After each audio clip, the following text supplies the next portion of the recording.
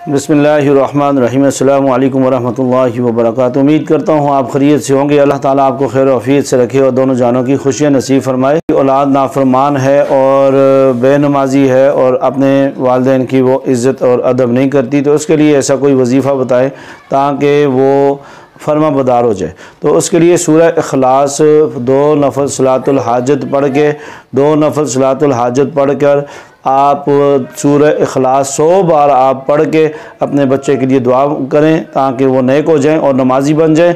और इसके अलावा आप नेक लोगों के पास उनको बिठाएं जो अल्लाह वाले हों, जो उनको नेक सोबत के अंदर आप बिठाएंगे और इंशाअल्लाह वो नेक हो जाएंगे। अगर बुरी सोबत के अंदर वो बैठते हैं तो इसलिए वो बुरे हुए हैं। तो इसलिए हमें नेक और अल्लाह वालों की सोबत के अंदर जो है वो बिठाना चाहिए।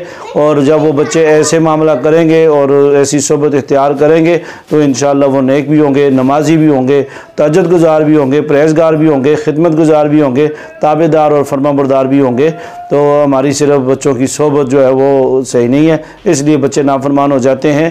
तो ये आप अमल करें, इंशाअल्लाह अल्लाह के फजल व करम से बच्चे नेक हो जाएंगे। सूरह इखलास 2 नफल सलातुल हाजत पढ़ के अल्लाह के आगे दुआ करें, इंशाअल्लाह अल्लाह ताला आपकी औलाद को नेक भी बनाएंगे और नमाजी भी बनाएंगे।